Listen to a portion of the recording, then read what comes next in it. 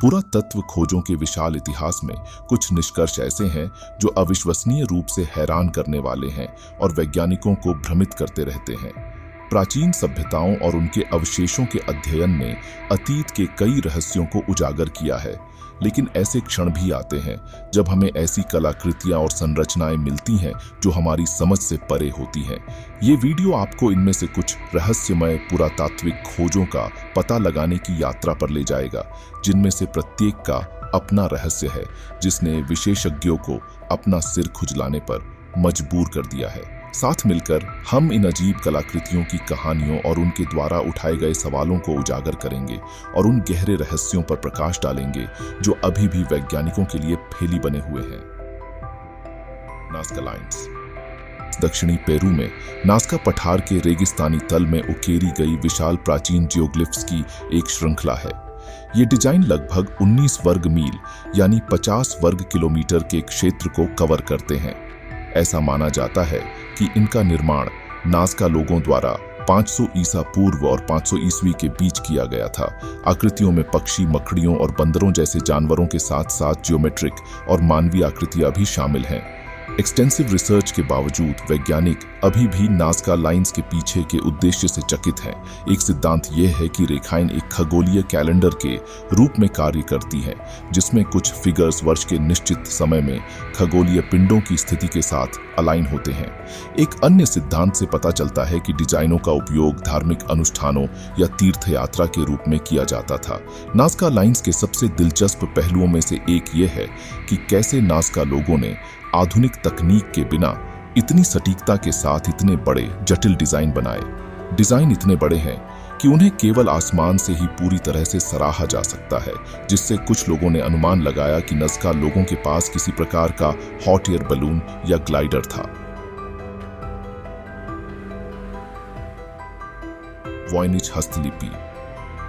Voynich हस्तलिपि एक ऐसी पुस्तक है जिसने सदियों से स्कॉलर्स को हैरान कर रखा है। एक अज्ञात भाषा में अपनी खुद की वर्णमाला के साथ लिखी गई और पौधों, खगोलीय रेखा चित्रों और आकृतियों के हैरान करने वाले चित्रों से भरी हुई हस्तलिपि ने 1912 में अपनी खोज के बाद से क्रिप्टोग्राफर्स, इतिहासकारों और भाषाविदों को आश्चर्यचकित कर दिया है। इस मैन्युस्क्रिप्ट को कई वैज्ञानिक परीक्षणों और विश्लेषणों के अधीन किया गया है, फिर भी कोई भी इसके वास्तविक अर्थ या उद्देश्य को जानने में सक्षम नहीं हो पाया है। कुछ लोग यह अनुमान लगाते हैं कि यह पुस्तक एक होक्स या एक विस्तृत साइफर है। 2019 में शोधकर्ताओं ने दावा किया कि उन्होंने एक सफलता हासिल की है और आर्टिफिशियल इंटेलिजेंस का उपयोग करके एक छोटे हिस्से को डिकोड किया है। हालांकि परिणाम अभी भी जांच के अधीन है और अभी तक साबित नहीं किया गया है। यह पुस्तक दुनिया भर के विद्वानों, भाषाविदों और उत्साही लोगों की कल्पना को मोहित करती रहती है।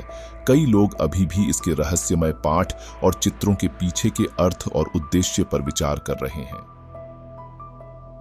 एंटिकीथेरा तंत्र।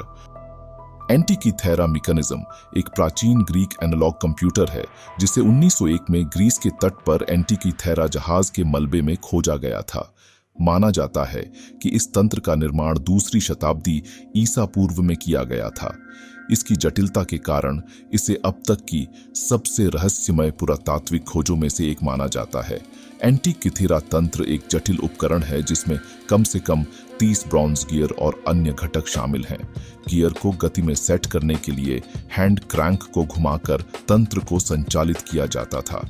व्यापक अध्ययन के बावजूद एंटिकीथेरा तंत्र का उद्देश्य एक रहस्य बना हुआ है। एक सिद्धांत यह है कि इसका उपयोग खगोलीय और ज्योतिषीय उद्देश्यों के लिए किया गया था, जबकि अन्य का मानना है कि इसका उपयोग ओलंपिक खेलों के साइकिल को ट्रैक करने के लिए किया गया था। हालांकि वैज्ञानिकों द्वारा किसी निश्चित स्पष्टीकरण पर सहमति नहीं जताई गई है। हाल की खोजों ने एंटिकीथेरा तंत्र पर कुछ प्रकाश डाला है। 2006 में एक्स-रे इमेजिंग और 3D कंप्यूटर मॉडलिंग ने तंत्र की पहले से अज्ञात विशेषताओं का खुलासा किया, जिसमें 2 छिपे हुए डायल भी शामिल थे। इन नए निष्कर्षों से शोधकर्ताओं को डिवाइस की आंतरिक कार्यप्रणाली को बेहतर ढंग से समझने में मदद मिली है। फिर भी तंत्र का अंतिम उद्देश्य एक रहस्य बना हुआ है जो वैज्ञानिकों को चकित करता रहता है। स्टोनहेंज।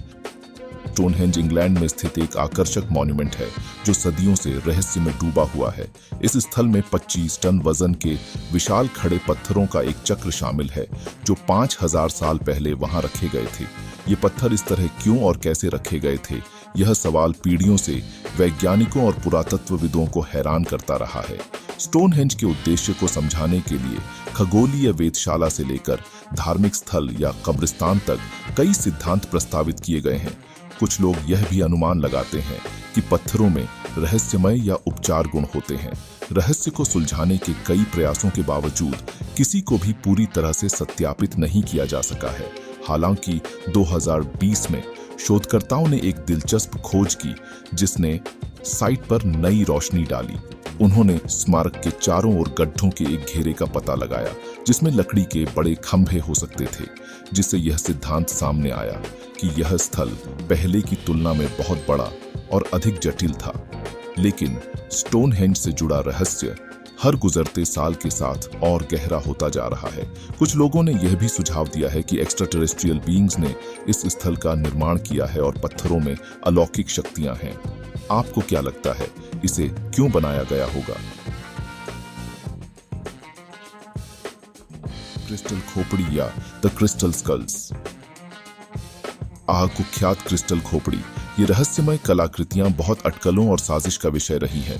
माना जाता है कि क्लियर या दूध या क्वार्ट्ज से बनी ये खोपड़ियां एज़टेक या माया जैसी प्राचीन मेसोअमेरिकन संस्कृतियों से उत्पन्न हुई थीं और संभवतः आध्यात्मिक या औपचारिक उद्देश्यों के लिए उपयोग की जाती थीं।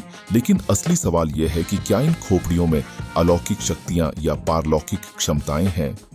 कुछ लोगों का मानना है कि खोपड़ियां रोगों को ठीक कर सकती हैं, बुरी आत्माओं को दूर कर सकती है या भविष्यवाणी कर सकती है।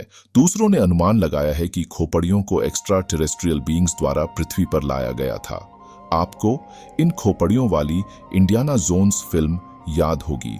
मान लीजिए कि यह इंडियाना जोन्स सीरीज की सबसे महान फिल्म नहीं थी, लेकिन सभी चुटकुलों को एक तरफ रख दें तो क्रिस्टल खोपड़ी इतिहास की सबसे दिलचस्प और रहस्यमय पुरातात्विक खोजों में से एक बनी हुई है। ईस्टर द्वीप के मोई। ज्वालामुखीय चट्टान से उकेरी गई और 75 टन वजन वाली ये विशाल मूर्तियां 1100 और 1680 के बीच ईस्टर आइलैंड के रापा नुई लोगों द्वारा बनाई गई थीं। मोई के सबसे चौंकाने वाले पहलुओं में से एक यह है कि कैसे रापा नुई लोग सीमित संसाधनों के साथ इन विशाल मूर्तियों को तराश सकते थे और उनका परिवहन कर सकते थे। मूर्तियां पूरे द्वीप पर स्थित हैं और कुछ तो समुद्र की ओर मुख करके एक पंक्ति में खड़ी हैं। मोई का उद्देश्य अटकलों का विषय है। कुछ विशेषज्ञों का मानना है कि मूर्तियां पूर्वजों के सम्मान में या देवताओं के साथ संवाद करने के तरीके के रूप में बनाई गई थीं। दूसरों का तर्क है कि रापा नुई समाज ने उन्हें शक्ति और स्थिति के प्रतीक के रूप में इस्तेमाल किया। फिर भी कुछ का सुझाव है कि वे समुद्र में नाविकों को मार्गदर्शन करने में मदद करने के लिए बनाए गए थे। हाल के वर्षों में शोधकर्ताओं ने पता लगाया है कि मूर्तियों को रस्सियों और लकड़ी के स्लेज की प्रणाली का उपयोग करके ले जाया गया था और रापा नुई लोगों को इंजीनियरिंग और निर्माण की समझ थी। इन निष्कर्षों ने मोई के आसपास के कुछ मिथकों को दूर करने में मदद की है और इस आकर्षक सभ्यता की गहरी समझ प्रदान की है। गीज़ा का महान पिरामिड। दोस्तों, अपनी कुर्सी की पेटी बांध लीजिए क्योंकि हम अब तक की सबसे विस्मयकारी पुरातात्विक खोजों में से एक के बारे में बात कर रहे हैं, गीज़ा का महान पिरामिड।